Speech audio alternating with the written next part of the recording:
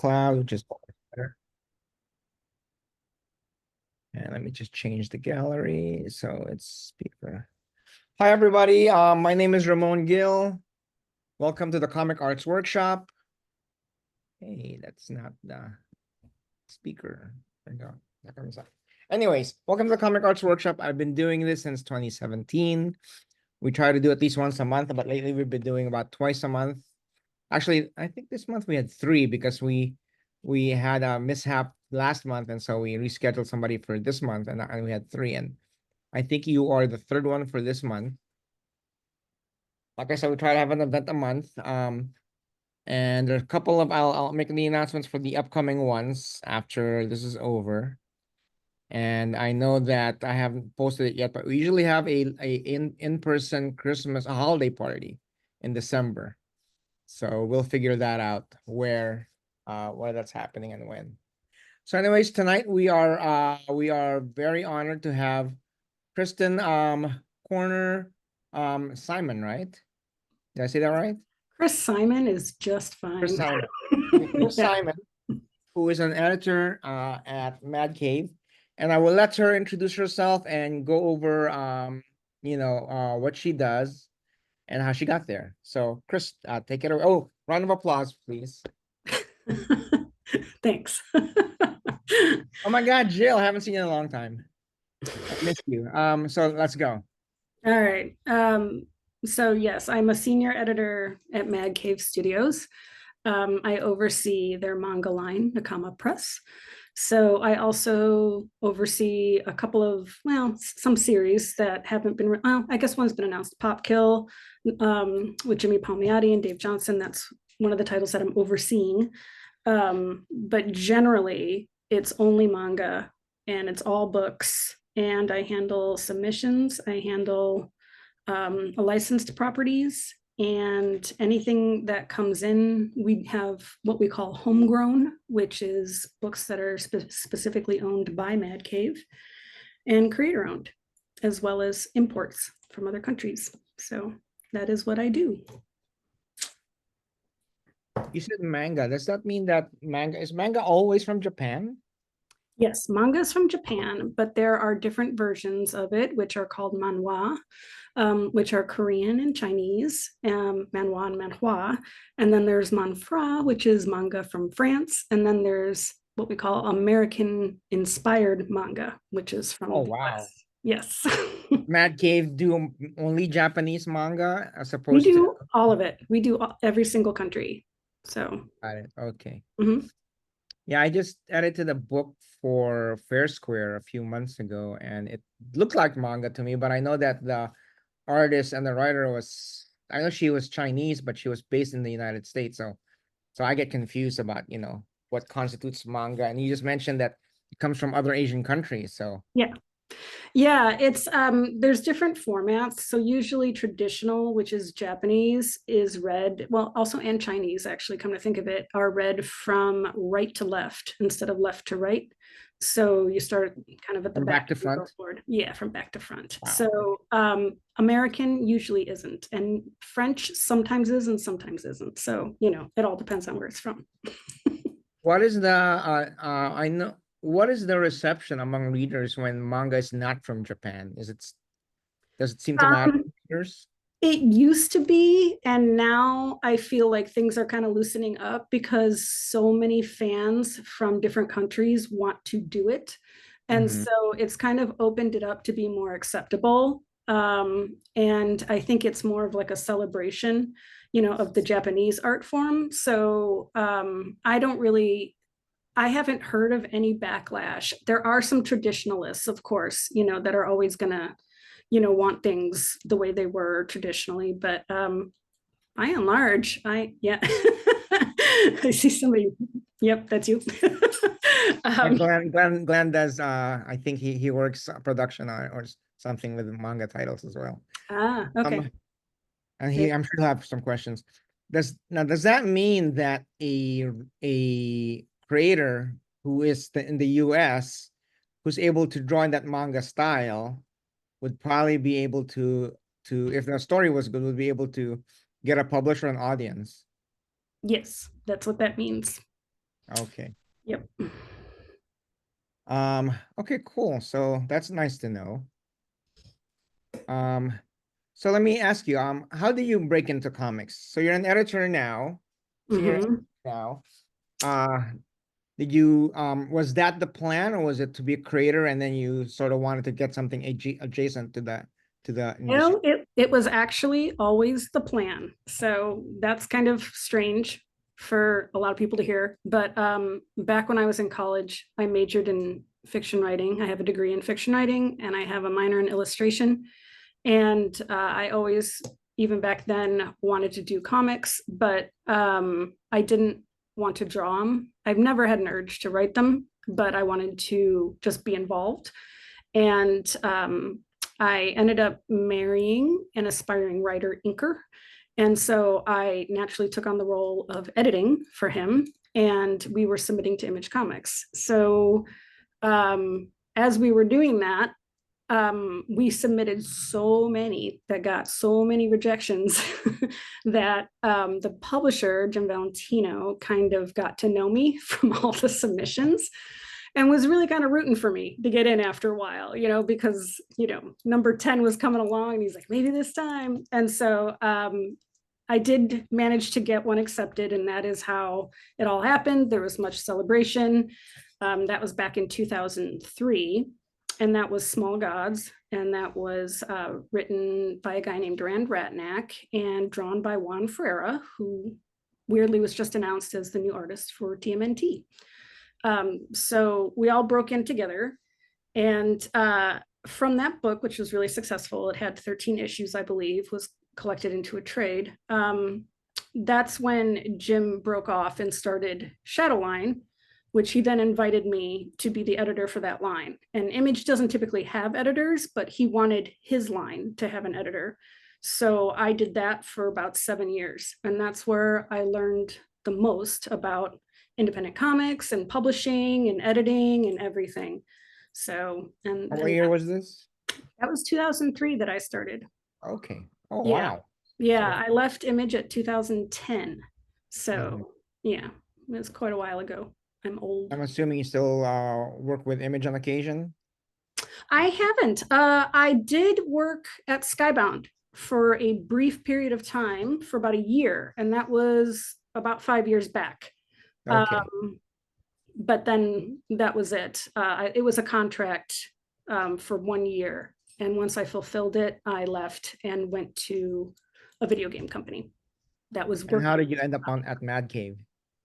Well, I was working at IDW as a group editor, and I was overseeing collections and new initiatives. And of course, as probably everybody knows, IDW went through multiple rounds of layoffs, and I was one of them. And as soon as I was let go, I just posted it on social media. And within minutes, Mike Martz contacted me. I'd already known Mike. I knew Mike from his Aftershock days. We had been introduced at New York Comic Con, and we had been trying to make things match for young adult books that he was going to be launching at Aftershock. However, that didn't happen because, as we know, Aftershock went through bankruptcy and Mike left and he went to Man Cave. So when he found out that I was laid off from IDW, he just snatched me right up. And I had 3 interviews the day I was laid off, and I was hired immediately. So that's how that went. Cool. It's funny. I just that just spurned a question, but I'll save that for later. So Okay. for now, I'd like to go to that number 3 question, and I sent you the questions ahead of time. So a few Mm. weeks ago, which is why I wanted you on the show. You posted something on Facebook.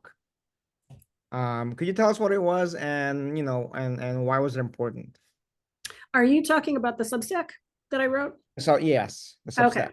Yeah. About Okay. So it was a hot take on comic book company startups. So what it is we were about 7 years into the Make Mine Milkshake controversy that started up Comicsgate and everything. And right. so it was like the anniversary, it was 7 years. and I worked with Wow, Heather. it's been that long. Yeah, it's been that long. Yeah. Yeah, Heather was a guest on here when it happened. So Yeah, and I work with her at IDW. So I did, kind of um, a little retrospective, I guess, on how things have changed in the past 7 years. And I discovered, since there were a lot of pop-ups happening, that most of the support was primarily performative. So all of the new startups that were happening, which I did not name, but everybody knew they were all popping up all over the place, getting announced here, getting announced there. They were all just guys, who didn't really have any experience. They were artists, they were writers, just forming their own companies and deciding that they could be publishers.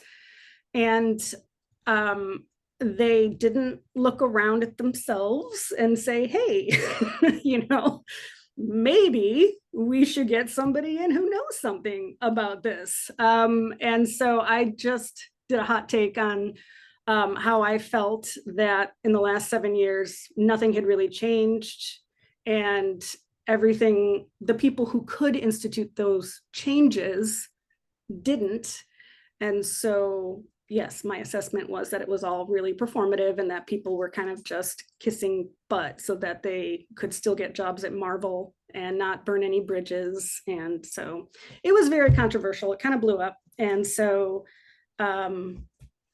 yeah, that was that was pretty much it. It was just all about change in the industry and how far we haven't come in the past 7 years. any other theories as to why that is, aside from people not wanting to burn bridges? Um, there's a lot of like, I'm trying to be delicate about it because I don't want to out anybody or anything, but there's a lot of people that I know in the industry who have had very bad experiences, and some of those people go on into higher positions in the industry, but they don't forget. And I personally haven't forgotten how some people have treated me. And so I just look and I see a lot of these people saying that they're supporting stuff when we all know that behind closed doors, they're not, but vocally they are. They're posting it on social media. Everybody believes they are, but they're not. And so that leads me to believe that there's probably more out there than just the ones we know about. So, and there are good people. Like, I'm not like, painting this big brush across everybody.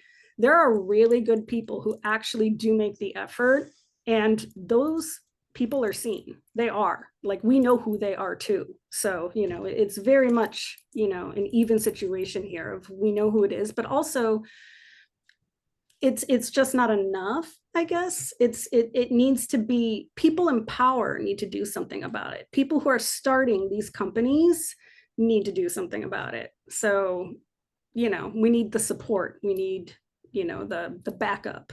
It can't just be, us coming out there being like, oh, hey, now we're going to do this too, Would you say that, and obviously there's a generalization, would you say that it's a matter of people not knowing how to do it as opposed to not even really trying?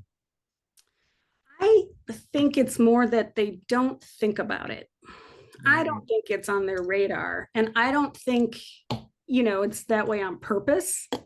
I just think they're just going about their business. Like, they're just talking with their friends and they're like, oh, hey, we should start this up. And they don't even think about it. So, it's kind of hard to hold people accountable when they're just so oblivious to things. But the thing is that, when you're in this industry as a woman, you're not oblivious to things. There's absolutely no way you can move along and not be aware of, the disparities that you're facing. Like, it's just impossible at this point. So do you feel that it's getting better, maybe painfully slowly, but it's getting better? Or yes, I do. As a matter of fact, I think it is getting better. So I don't want to come off like, everything's all crappy, because it's not. Because back when I started, you could count the number of female editors on one hand, and we all knew each other. There was like 5 of us, Right. and now, my God, you can't even count how many. So, that's all over. So yes, it has definitely gotten better, and I think it's wonderful. I think it's absolutely glorious that we've come this far. So yes, it is. So it's taken a decade, taken almost 15 years, but we have gotten here. 15. Yeah, I just think there's a little bit more work to be done, just a smidge. My grad school thesis was about the difference between comic books and graphic novels, about how there are two industries and how the graphic novels are grew out of the comic book industry, but it's much more diverse, not just in genre and formats, but also in the audience, but also in the creators. Yes, I agree with that.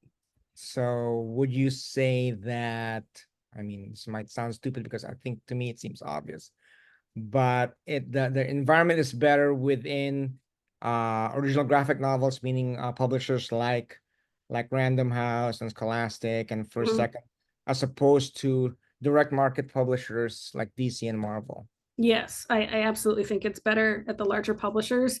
There's a lot of gatekeeping in comics for periodicals, and with OGNs, not so much, because periodicals, when people buy those books, they buy them for the names that are on those books. Original graphic novels, when they're done at Random House or anywhere else, Simon Schuster, no one's looking at the names. They just want good content, especially with the younger generation. The younger generation does not care about names, and they want to read webtoons. They don't care who it's by. They just want content. They want it to be good, and if it's good, they'll keep reading. And that I think is absolutely wonderful. But it's not that way in the regular comic book industry at all. Okay, so it's funny every time you mention something, I have to write down a question I want to follow up later on, but that's okay. I kind of want to stick with the list we have, and I'll go to those follow-up questions. Okay. Um, what would you say is the biggest downside of having a career in comics? The biggest downside. And I ask this because I see it all the time. People whose dream is to work in comics full time, quit their Yeah. at the at the whatever place that they hate and to work in comics full time, not realizing. And I know a lot of people who are in the industry, a lot of full time, and it's not an easy industry to be in. So what would you say is the You biggest down? know, I would say the biggest downside is that there is no unionization. So there's no way to make more money. There's no healthcare. There's just no retirement. There's no support. And so, like other entertainment areas, like animation, for instance, there's guilds, there's unions, there's, you can't make below this amount of money. And you get health care if you pay for it through the unions, and a pension if you're in the industry long enough. And the comic book industry does not take care of its own. I mean, you see creators throwing up GoFundMe's, to help with medical expenses, and you see older creators, just practically homeless. It's really terrible. And I think that's the biggest downside of the comic book industry, is that we don't have something like that to support the people who are literally making up the industry. That was a topic that was we talked about in this on this podcast in the past. But let me ask you what your theory is, why we don't have a union. Because I think that the needs of the many outweigh the few, but the few are who's in charge. And I think those few have it really cushy, and I don't think they want to expend the energy to make it happen, because it doesn't really affect them. Because I've had conversations like this, with so many people who have tried to start unions, and they were rejected by a couple people. I mean, one person who is absolutely in the most perfect position to start a union and could do it so easily, but he just draws a paycheck and is just fine with the way things are, so he's not going to bother. And I think that's really why it hasn't happened yet. There's been efforts, but they've all just kind of fallen apart. as part of my theory is that the barriers to entry to make a comic book company or to just make your own comic books is so low that it's really hard to it's not like an engineers who have to have a license, right? Anybody can do it. So it's so easy to find people to replace people. Yes, Always there are always people who are willing to get absolutely. paid less, Hmm. who just want their name on the book. That's So exactly right. yeah, Yep. yeah. There's always somebody willing to step in and take your place and do it for cheaper. So it's hard to even strike or to Very to true. get any of that. Hmm. Um, so talking about unionization and the jobs in the industry, I remember I was having a conversation. I can't remember. It was like Heidi or somebody like that, and they said and I think, and she mentioned a number. I think she said something like, I don't know, it was like at any one time there's probably only like 400 people working in industry full time. So something like that. I'm not sure if it was I 400, mean, I don't remember, but she mentioned a number, which if you pay attention to who moves where and who goes mhm. where and who gets hired where, it kind of makes sense. It's a very small community. How many people at Mad Cave? We have, I think, around 50 Oh, that's people. pretty good. Yeah, well, it's three different imprints. So, it's middle grade, young adult, and then Mad Cave proper, and then the manga. So, You you know, know. I didn't put it on my list, but let me ask you, can you tell us about the genesis of Mad Cave? Yeah. So Mad Cave was started by Mark London, and him and his wife are from Colombia, and he is just the biggest comic book fan ever. And he You say always Columbia, the country or the university? the country. Okay. Yes.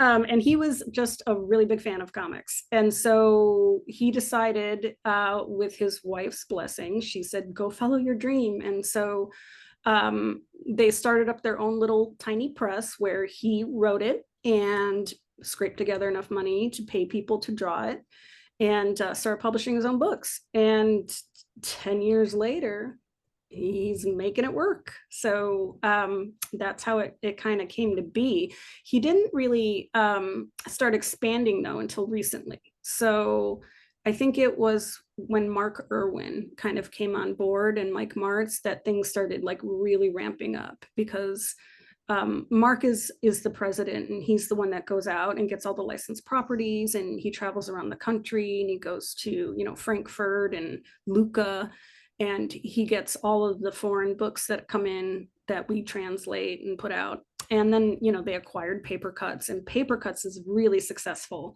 And so Paper Cuts kind of is like our tent pole, and so they just do so well through Simon and Schuster that it's able to support creative endeavors like creator owned properties, and so we're able to offer a really good contract for creators, which is 100% creator owned, but you also get a page rate, and we don't take anything except we take a fee if your book gets optioned, and then you get a portion of royalties as well. So it's pretty much the best. I would usually say Image is the best deal, but actually Mad Cave kind of surpasses it because we offer page rates and an editorial staff and a marketing staff. So I've heard some creators complain about the Image deal, but yeah. anyways, does that mean that Mad Cave mostly does graphic novels as opposed to periodicals?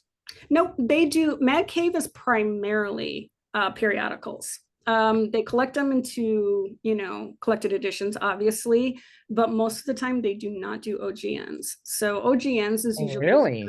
yeah, OGNs is reserved for young adult and middle grade and manga.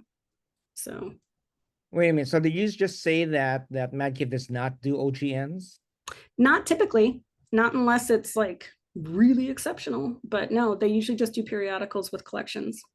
Now, does that mean that you guys mostly do licensed content, or do you guys also do creator owned? No, the creator owned is pretty much all of Mad Cave. Creator owned, I mean, we do licenses like Dick Tracy and we do Flash Gordon and Gotcha Man. So we do have licenses, but the majority of the periodicals that come out are creator owned.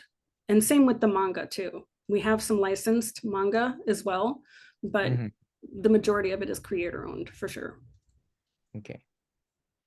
Now, one of the biggest complaints I hear from, aspiring creators all the time is that the independent companies want to showcase new talent, but almost always, and maybe not so much always, but oftentimes it's usually some established name that gets published by an independent publisher.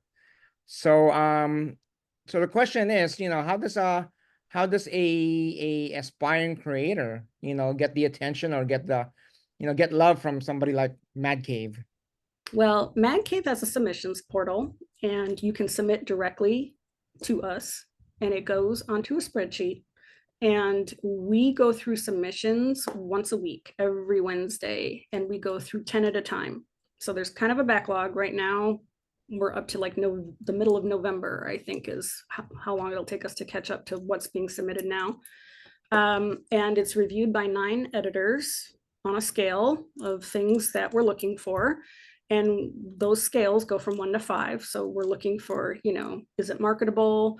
Is it something different? And it goes through all these things. And then we meet up on Wednesdays and we discuss it. And if it gets a high enough grade, then we bounce it up to exec level, which is Mark and Mike and Chris, the publisher, and they review it. I think every other month they go through the exec reviews and they decide yes or no if we're going to publish them.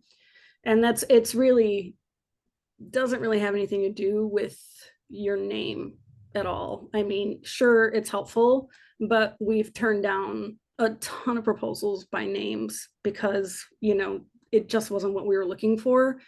And when people say, oh, well, what are you looking for? Well, it's things like, okay, we already have a ton of vampire stuff and they submitted a vampire pitch. It's stuff like that where it's like the pitch could be fantastic, but if we already have something like that, we're not going to do another one. So, it's just being aware of what Mad Cave is putting out and then submitting, something that is not like the others. So Do you guys are you guys particular, or are you looking for certain kinds of genre? it's more like what we're not looking for. I think and it's stuff that's difficult to sell. Like we can't really sell like sci-fi unless it's, something really unique that, has a hook to it. Sci-fi just doesn't sell well. We can't get it, off the ground. Sorry for everybody who loves sci-fi, but it's not that we don't like sci-fi, it just doesn't sell. Blame the market. But horror sells, like stuff like that sells. But we don't want to have too much horror because we're not a horror publisher.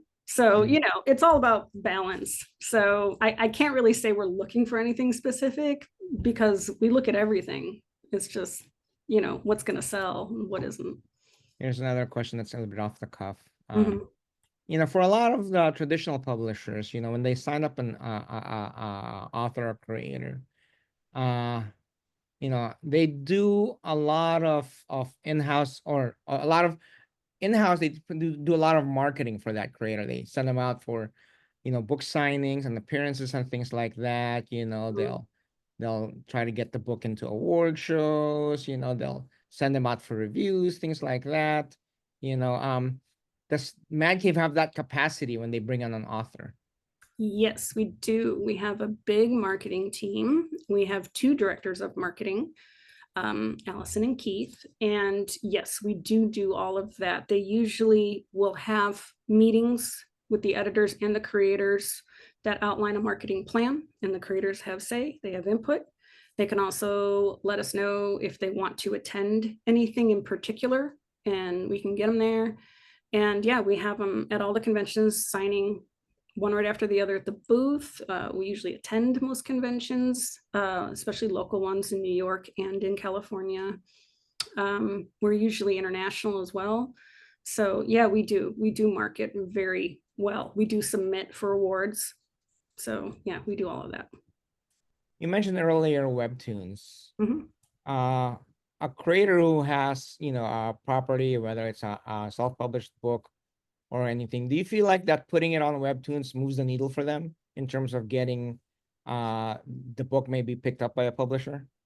Yes and no, because we do pick up webtoons to publish them. We will reformat and we will publish it if it's popular enough. And we do have, relationships with most of the webtoon companies that are out there, to look through their catalog and see if we like anything. But in terms of like from the creator side, it's really hard because there's so much of it out there. Um, and it is really grueling to do a webtoon in order to get the audience that is required to get the attention of a publisher. So, you're pretty much producing about a comic and a half every week and a half. And you have to keep that schedule up for a long time, and then you can take a break, but usually that break is reserved for building up because you have to release episodes ahead of time all at once, so that because that's how you make your money. They pay to get advanced chapters quicker, so you have to have all that banked. And so it's very rough to do it, to keep up the schedule. If you have a really quick style, I say you can probably do it. And if you're really good with like Procreate or whatever, you can just whip these things out. Great. Storyboard artists, I think it's probably a real big bonus for them because they know how to do that. And I have seen some success on webtoons where creators themselves can get such a following that they can just kickstart their own collection and they don't even have to go through a publisher. So I do think that webtoons are the future, vertical scrolling, because that is where all of the youth is right now reading it, and it's where they spend their most money. The most of their money on is that, and even if it's just 10 cents to read the next chapter, you're talking about millions of people paying 10 cents, and it really adds up. So, yeah. You said earlier if a webtoon is popular enough, so is that what gets the attention of a publisher? If a webtoon is very popular, as opposed to if the story is really compelling or good? I think so, to be honest. I mean, if you look at like Laura Olympus is like the best, most popular example. She was just doing her thing, and then suddenly, she's a rock star and she's being published by Random House, and her name's all over everything. So yeah, I mean, everybody wants to be the next Laura Olympus. Of course, they even started up their own imprint called Inklore, which is literally specifically for webtoons being put into print. And I think Bobby Chase, well, before she retired, used to head that up. And she was, she went from DC over there and was like formatting the books, into graphic novel format. So there's definitely a relationship there. So I think so, yeah. Yeah, I was trying to get Bobby to get on the show, but she was having some health issues a few Oh, months back. So let me ask you this then. So you said that sometimes a webtoon becomes so popular they can just kickstart it. mhm. Um, what would you say is the benchmarks when somebody should be self-publishing as opposed to somebody trying to get a publisher? What are some of the, I guess, the conditions you think? It's kind of funny because there's two different groups that I can see. One is that creators who have already gone to Image and are kind of known for their creator owned stuff, they can do really well on Kickstarter. Like if you look at like Jimmy and Amanda, they kickstart all of their stuff from paper films. They don't really need a publisher at this point. I mean, sure, it's nice because they get distribution, but they don't need it. But also, like, you can look at people who've literally made their careers off of kickstarting, which is like Charlie Stickney. He is amazing at that. Or Russell Nohelty. Like, they're all small, and they just they're known for their kickstarters. They have their fan base. They know exactly what their fan base wants, and they do not need any publishers. They can just do it on their own. So yeah, I mean, I think it's like those two things, which are so vastly different, both work really, really well. So can go either way, I guess is my answer. Okay. So you know what? I'm supposed to open this up to the audience, usually around halfway at this point. So does anybody have any questions for Chris? I got a question. Hey Char, go ahead. Are you planning to use AI in your work? No, absolutely not. We have a very strict no AI policy. Even pitches that come in that use AI artwork to pitch to us are rejected. We have a very firm stance on that. Oh, I see. Mhm, Because AI is being a little problem. mhm. And it's just something we have to get used to. Well, I guess it all depends on how and when.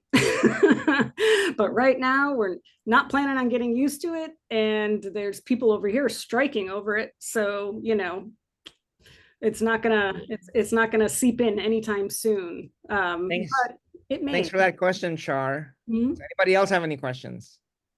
I've got a question. Go ahead, Pretty Donnie. interesting. I'd like just to get to know you a little better. So, what are some of your favorite comics of like all time, and like what are some of your favorite indie publishers that you used to be into or even into now? Well, I don't typically like to play favorites because every time I read something I love, I have a new favorite and then it gets out of control. But I can tell you that some of my all-time faves of like things that have stuck with me would be Strangers in Paradise, because that's literally the book I read that got me into comics. And so I always have, it has a special place in my heart. And I've met Terry Moore and he's just so lovely, so that makes it even better. You look And kind of like you look like you'd well, be it's in the based comic. on his wife, so, and I've met her too. So don't tell her that. But also Too Much Coffee Man by Shannon Wheeler. That's also one of my favorites. And in terms of like publishers, I love Fantagraphics. I still read Image books for sure, even though I don't work there anymore. And let's see, I used to read a lot of Oni, but I haven't really looked at that recently, even though I feel like I should. Top Shelf, love Top Shelf. I really miss getting those books comped to me when I worked at IDW. I think that's probably it. I'm a very independent person, independent as an independent comics. So you're not gonna find me naming anything that's mainstream. I don't really read a lot of Marvel or DC. So Okay, thank you. Thanks for yeah, sharing. sure. Hi, Anybody else? Chris. I had a question. Go ahead, Joseph. I'm curious as to how hands-on you and your colleagues are as editors, because I'm trying to conceptualize the relationship that you might have with writers submitting work and how finished it needs to be that you can take the ball and run with it, or you tell them that it needs more work before coming to you. Sure. Yeah, we do have things that we call side burners where we read the pitches and we decide we either need more information or it needs to be tweaked in a certain way and then it would be better. And we usually go back to the creator and we tell them, hey, we're not going to say yes unless you want to make these changes. And it is totally up to them. They don't have to, but it's our recommendation. And if they do, then they can come in and the first step of the process is they turn over an outline of their book, and we look through the outline. We see if it makes sense. We see if it flows. We see if the transitions are good. We see if it's the correct length, if it needs to be cut, pacing, all that stuff. And once that gets approved, then the writing comes in, and we also are hands-on with the writing. So yeah, we do go through scripts and edit them and make sure that, but if you follow the outline, usually that's, not a lot of changes are made after that. It's usually just punctuation, spelling, whatever. Okay. Yeah, and then the artwork as well. So we'll see if anything looks off about the artwork. We'll point it out, yeah, we go through everything, lettering, all of it, every single stage. Yeah. Right. Thank you. Yeah, Hey, sure. Chris, does this mean that you shy away from books that are already done? No, not necessarily. But I think that it's easier to make any changes if it's not all the way done, personally. And I don't know of any publisher that requires an entire book on the pitch. Usually an outline, yes, or like a synopsis, a log line, that kind of a thing. Few pages of art. We don't require an entire book done though. But I mean, if it's already done, and like, let's just say, you've crowdfunded it on your own and now you're looking for distribution and it was successful, then chances are pretty good that we would just take it, and just release it and not touch it. So, Got it. yeah. Okay, guys, any more questions? I'll go. Go ahead, Omar.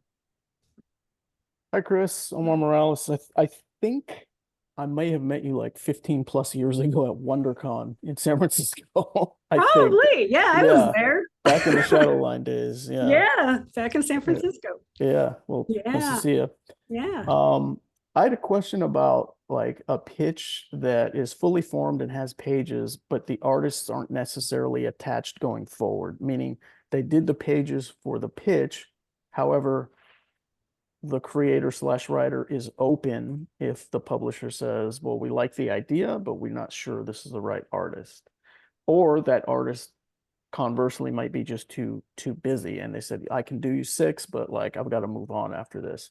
How does the editorial brain trust of 9 at Mad Cave treat a pitch like that where there is art, but the artists aren't necessarily attached?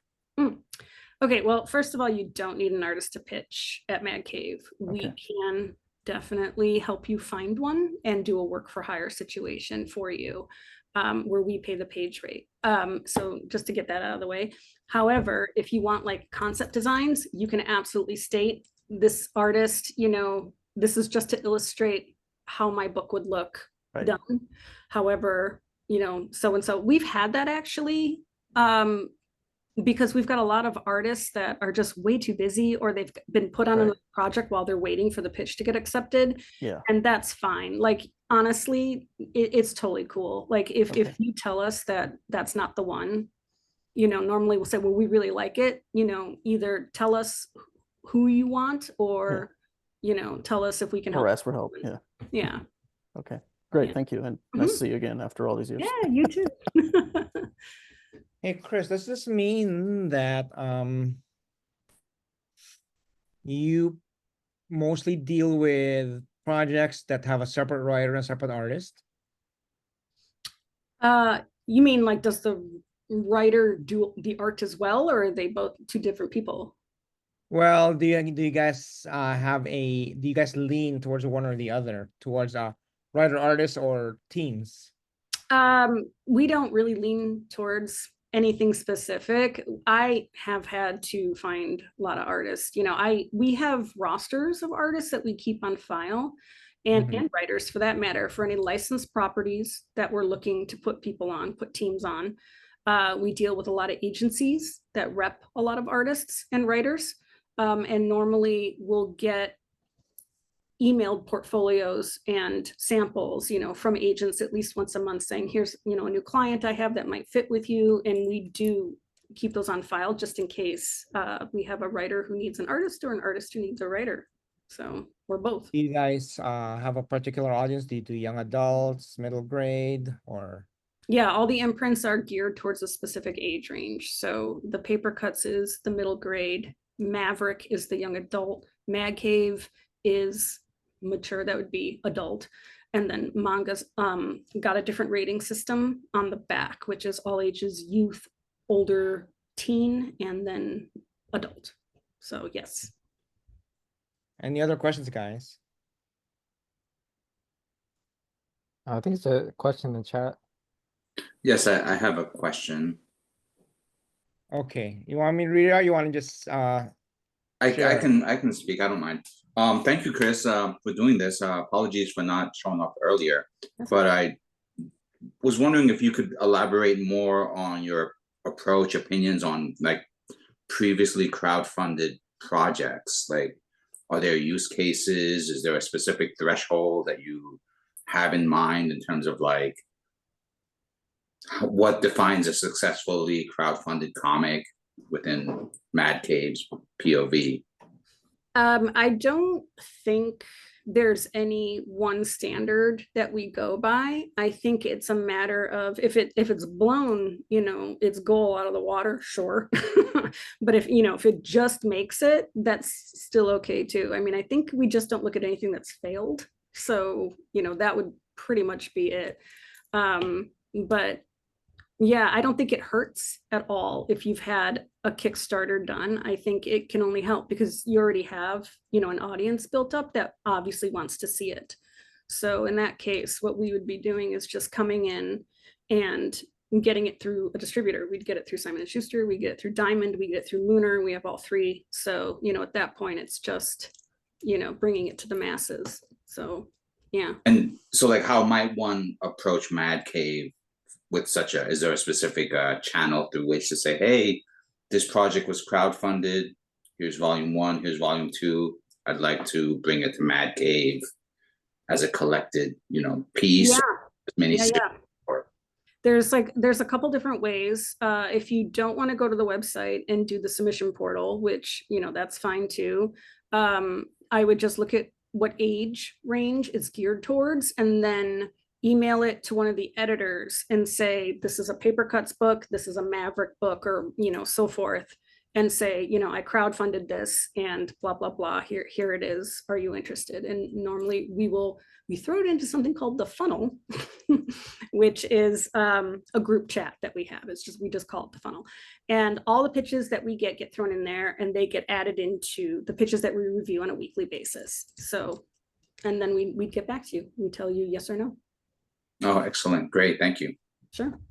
I might have to just do that. Okay. Chris, do you mostly work with unagented creators or doesn't matter?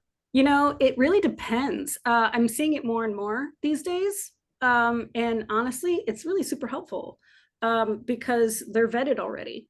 These people are good. They have agents. So we've used them very well to our advantage when we're looking for teams to be put on licensed properties. If we don't know of anybody ourselves, and I've definitely leaned on agencies to find me manga artists that are, authentic, that I want to have a certain style that I'm looking for, and they pretty much do the legwork. So yeah, it's both. I would say it's both. Any other questions, guys? I've got a general question actually. So this is kind of basic. So what exactly is an editor like? What do you do conceptually, like the big picture, in terms of the creative process, or what is your function in the production process? And I guess what's your day-to-day look like, and maybe like what's a week look like? What do you actually like doing in the course of a day? Well, If you don't mind. Yeah, no, like a day in the life of an editor. Oof, God, it's busy. Hopefully we're not in meetings all day because there's actual editing to get done. Usually it is going through outlines, going through scripts, getting artwork in, and it's also following up with every single person you're overseeing, every single creator.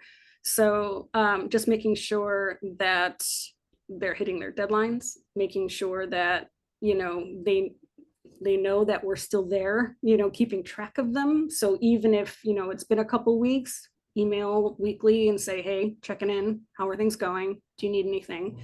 And that's pretty much it. Like, I think a week would look like me editing about 400 to 600 pages of scripts at a time.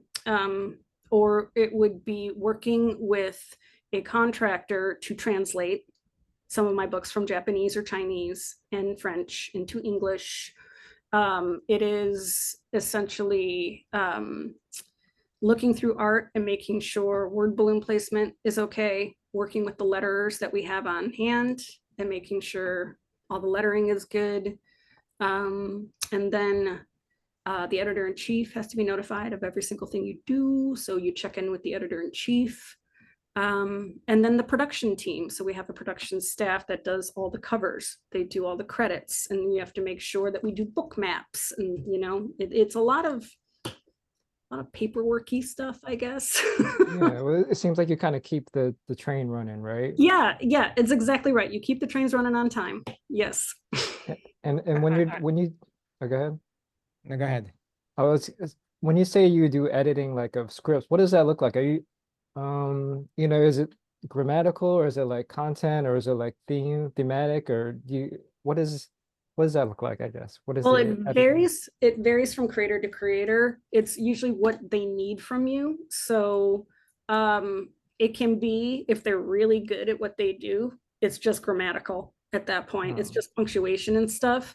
However, if they, aren't as well versed as like a seasoned pro, then it is really catching a lot of things that they just don't quite understand about doing comics, and I don't mean that in a bad way. I mean it as in like their visualization isn't quite geared towards a drawing on a page. It's more like movie-like, and so sometimes you just have to make sure you're like the bridge between the writer and the artist. And so you have to make sure that the artist understands what the writer is going for. And so it's a lot of that, Yeah. Cool, thank you. Yeah. Anybody else? Hey, Chris, earlier you talked about we talked about your deal in comparison to the image deal. Mm-hmm. You mentioned that you include a page rate. So Mm-hmm. you bring in a creator and you offer them a advance and a page rate? Yeah, it can be done several different ways. So you can either get an advance, you can do it milestones, or you can just do a plain page rate, and you can specify, oh, I want to get paid every 20 pages, and you invoice us. The rate, we have set rates that we offer according to tiers. We go down this low and we go up that high, and we really can't surpass it unless we get approval from the tippy top, if you go beyond that. But yeah. But page rate doesn't mean it's work for hire, right? Or does Nope. it? Nope, it doesn't. The contract is usually creator owned. So if Interesting. the artist and the writer share ownership of it, then, that's one thing. But if the writer comes in with an artist, but they're the only creator, then we just do a work for hire for the artist. Got it. Yeah. I don't think I've ever heard this deal in the industry. Is this pretty rare? Yeah, it's really rare. Hear that, guys?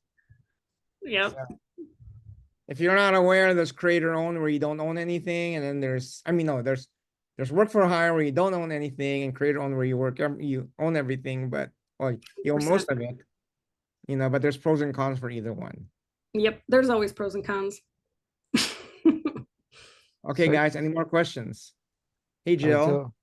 Hey, you sound too good to be true. No. But that's not really a question, is it? How do deadlines work for you guys? So let's say if somebody who comes in and they're, they feel they can do this much, but you've got a deadline, that you've got to go to production. So how does that little no man's land work? Well, when you first come aboard and we start things off, usually it depends on the printing schedule. So honestly, usually it's not a problem because right now we're scheduling things into 2026 and 27. And so most people are done by the time their print date comes around, because we only print so much. We only release so much in a month. We don't overwhelm the industry with, all of our stuff. So usually it's reasonable deadlines, to be honest. And if it's not, usually it's okay because Simon & Schuster, distributor, they work by seasons. So they do summer, fall, and winter. They do 3 seasons. And so usually if you fall within that season, you're still okay. You don't have to resolicit. You don't have to do anything else. So that's usually very helpful because it kind of gives you like a couple months to play around with. But we don't recommend that, but it can be done. And then we can also do drop-ins, which if you don't want to have a release date because you don't know what your schedule is going to look like, we can drop it into the schedule once it's done. That's also not recommended though, because the marketing on that won't be as good as if, you know, you had all that ramp up leading to it. So, you know, so yeah, there's ways to work it. Makes sense. Mhm. Thanks. There's a question in the chat from Paul. How would an unattached artist not pitching a book get his samples seen by Mad Cave? Well, there's the talent search that we do every year, which we just ended. But also, you can literally just submit us samples and we keep you on file. We can evaluate it, but honestly, if you're expecting like feedback, like a critique, that is a little bit harder because we just don't have time. We have to actually do our work. So, expecting like a reason why your pitch gets rejected or wanting to know what you could do to improve is really not something we can spend a lot of time on. So unfortunately, that is when you have to just hit us up at conventions and see if you can get your stuff looked at and get reviewed. All right. So Let's take one more question and then I'll have one more question after that and then we'll call it a night. Anybody? So what's the best part of your job as an editor? What would you say is like your least favorite part of your job as an editor? I love every part of my job. That's why I still do it. So picking the best part, I guess it would be the release date when it finally comes out and hits the stands. That would be the best part. My least favorite part is probably on the production side of like scrambling to get like the cover together and like, you know, the small print and all that stuff that I can't stand. That has nothing creative to do with it at all. That's probably my least favorite part of everything because I'm doing that right now and every day I hate it. What's the work life balance like? It's not too bad. You know, it's weird because different companies, it's so strange because like when I worked at IDW, it was literally 5 days a week. You were not contacted in the evenings or the weekends. It was just like, nope, everybody took that time off. At Mag Cave, it's a little different. We're kind of always on call, but it's not egregious to the point where, you know, I'm bothered by it. So, you know, we're supposed to work from like 9 to 6, but often I have to play catch up on the weekends. I don't mind it because I like what I do. And I don't have to do that. It's my choice. So, I would say, I guess work-life balance is pretty normal. I can take vacations, like I can, you know, as long as my work is caught up on and I'm not like letting things slide, I think, you know, I think it's okay. So. Okay, guys, that one more question, or did we already do one more question? Does anybody have one more question? No? Okay, I'll ask my question. So earlier you, when you were talking about your career path, you know, you know, you got in pretty soon, you know, after you know, got out of school and you rose through the ranks pretty quickly. Well, it was 8 years in between school and working. It was, okay. Yeah. So my apologies. I didn't mean That's okay. I didn't mean to make it sound like, it was you know, a lot of submissions. a lot of submissions, 8 years. Yeah. But you know, I know guys who've been at it for like 20 years, right? So what do you think makes a difference when somebody gets in at a relatively, you know, good clip as opposed to somebody who's been struggling for a long time? You know, that's a good question. I think you know, it's really hard to talk about from the perspective of editorial because, you know, I'm not a writer and I'm not an artist, which is infinitely harder. I think because, you know, I have a degree in fiction writing and I know storytelling, that it's easier. And also I knew illustration. So, you know, I knew figures and everything, and storytelling in that regard. It was easier for me. If you're coming at it with no formal training whatsoever, that's going to be harder. So I recommend that. I recommend taking figure drawing classes if you haven't. I recommend doing writing workshops if you haven't, or even at the very least, getting a bunch of writers that you know together to read each other's stuff out loud. I think that's super helpful. So if you find yourself stuck and that you've been doing it for a while, those are the things I would recommend, is get outside help to figure out what it is you're missing so that you can have that and then hopefully submit something and break in. Would That's you what say the same thing goes for people who want to be editors or production artists or people who are on staff? Production, well, that's hard because I mean you have to be a graphic designer at that point. You have to know so many different programs. So that's definitely schooling. Editorial, you have to know grammar. You have to know, rules of style. You do have to know those things. Some companies have proofreaders, but it's not guaranteed. I've only been at one company that's had proofreaders. Well, DC and IDW both have proofreaders in Marble. But most of the time you have to do it on your own. So you have to know language really well. And some of it you can learn on the job, like I did. I mean, I was very lucky, that I had an image partner train me. But obviously a lot of people don't have that. So it's pretty much networking. It's networking and knowing people. So, getting yourself on books that from people So Okay. Well, thank you very much, Chris. It was a pleasure. It was very informative. I asked a lot of questions that I've never asked editors before. So I know, didn't you have Shelley Bond on? I mean, my God. yeah, we had Shelley Bond. She's like the goat. Right, exactly, right. But I think I was in a different place. I was Yeah. coming from a different place at the time. I think I was just trying to break in as a creator and Different now questions. different questions. And now I'm mainly, I've been self-publishing and promoting for a year now. So I think I'm at a different place. And my questions Gotcha. are sort of from a different perspective. Yeah. Well, I'm but glad I could do this. It's really been really fun. I'm sorry, say that again. I said I'm glad I could do this. It's been really fun.